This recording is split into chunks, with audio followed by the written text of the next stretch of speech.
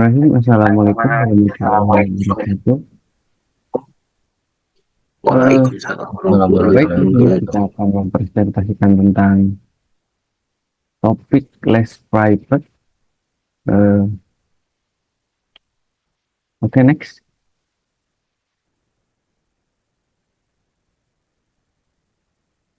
Di sini, our team atau tim yang beranggotakan ada saya sendiri, yaitu Fikri Ramadan, ada Muhammad Rizky, dan Ihsan Ramadan. Kita dari kelas A1 2021. Next. Dan untuk selanjutnya mungkin akan dibacakan oleh atau mungkin dijelaskan oleh Muhammad Rizky Setiadi. Kepada Muhammad Rizky Setiadi dipersilahkan. Ya, terima kasih, Fikri. Jadi konsep umum tentang kursus private yang dengan nama English Cafe yang dibuat oleh kelompok kita adalah uh, melibatkan penyedia pembelajaran kursus bahasa Inggris pada individual atau kelompok kecil di luar penilaian lingkungan, pendidikan formal atau non formal, untuk memberikan pengajaran disesuaikan dengan kebutuhan dan tingkat kemampuan masing-masing. Les privat kami mengajar dari SD sampai SMA kelas 1. Next. Ya, ini adalah pendahuluan gambaran kursus private di Indonesia, private les di Indonesia. Mulai banyak saat ini, ada yang offline, ada yang online, dan akses yang dapat dicari saja banyak, bisa melalui Google atau Instagram. Kebanyakan kursus les private di Indonesia, kebanyakan pilihannya tentang antara mengajar bahasa bahasa Inggris atau bahasa asing dan matematika, karena kedua mata pelajaran ini banyak yang susah susah diikuti oleh pelajar ataupun di sekolah. Jadi maka mengikuti les privat untuk mengasah skill atau kemampuan yang mereka tidak tahu di sekolah, atau mereka mengikuti les privat untuk belajar di luar negeri. Oke, Berikutnya baik. dijelaskan oleh Putri. Oke, terima kasih Rizky. Untuk potensi yaitu akan dijelaskan oleh saya sendiri. Di sini potensi usaha ada ketika siswa mempersiapkan ujian bahasa Inggris, mungkin akan mencari sebuah kursus private buat apakah siswa itu ingin mendapatkan nilai yang sempurna, ya pasti siswa bakal mencari tempat les private. Yang untuk yang kedua itu ada kursus persiapan untuk TOEFL, IELTS. Nah, di sini mungkin banyak orang yang ingin tes TOEFL atau IELTS untuk mendapatkan sertifikat TOEFL dan IELTS. Di sini juga pasti akan mencari les bahasa Inggris.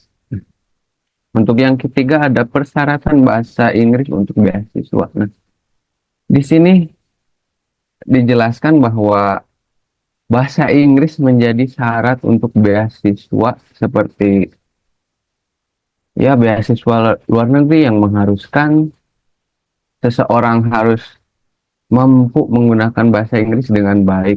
Nah, di sini pasti akan kembali lagi mencari tempat les bahasa Inggris. Nah, untuk yang keempat yaitu traveling mungkin ya. Ini traveling. Nah, ketika orang-orang ingin bepergian ke luar negeri, pasti membutuhkan bahasa Inggris untuk berkomunikasi dengan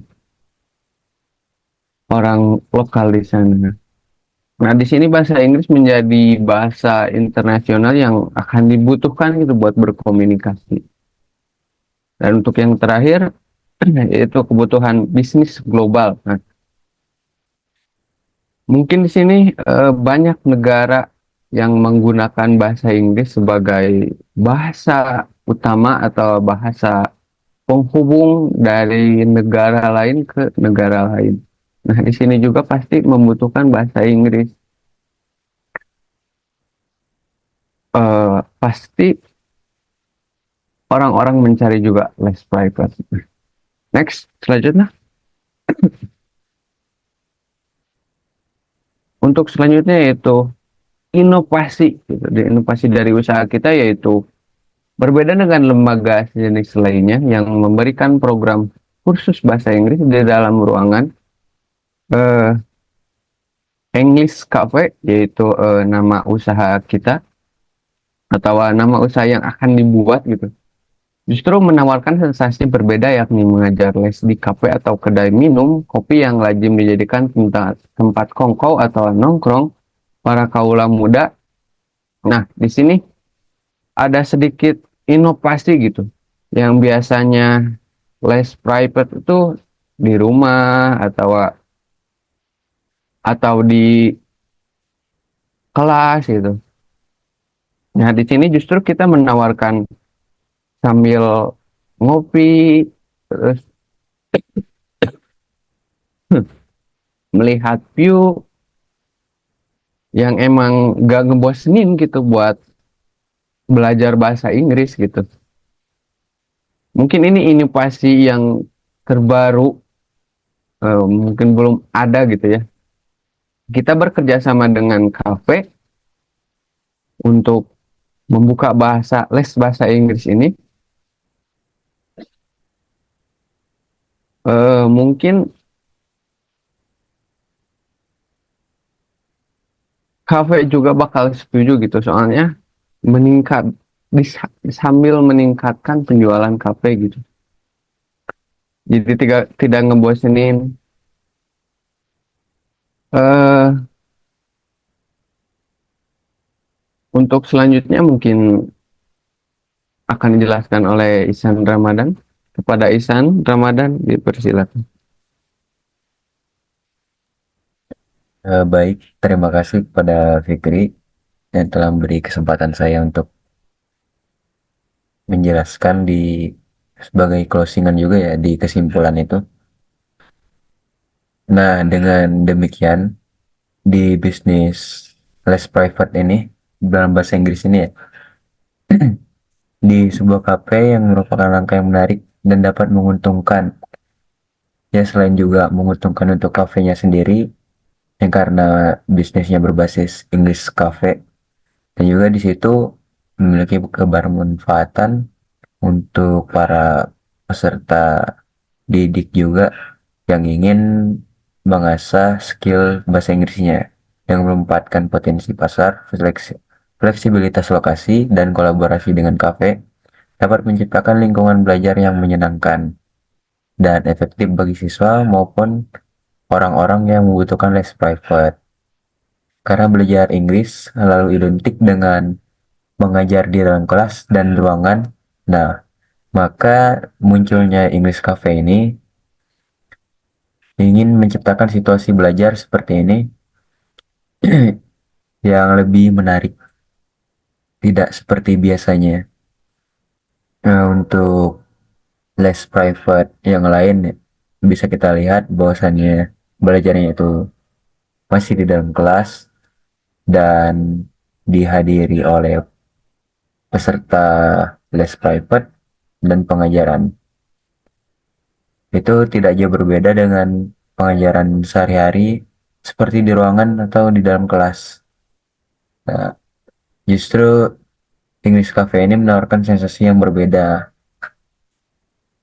yaitu mengajar les private sambil ya mungkin minum kopi di dalam cafe tersebut yang lazim dijadikan tempat nongkrong para anak muda. Nah, di sini kita mencoba untuk uh, para peserta didik untuk bisa belajar bahasa Inggris. Dari saya mungkin dicukupkan, Pak Fikri.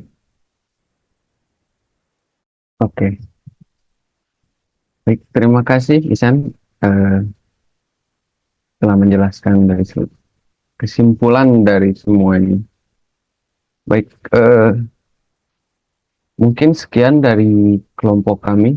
Maaf bila ada kata yang kurang mengenakan atau kata-kata yang kurang bagus. Mungkin cukupkan dari kelompok kami. Sekian dan terima kasih. Wassalamualaikum warahmatullahi wabarakatuh.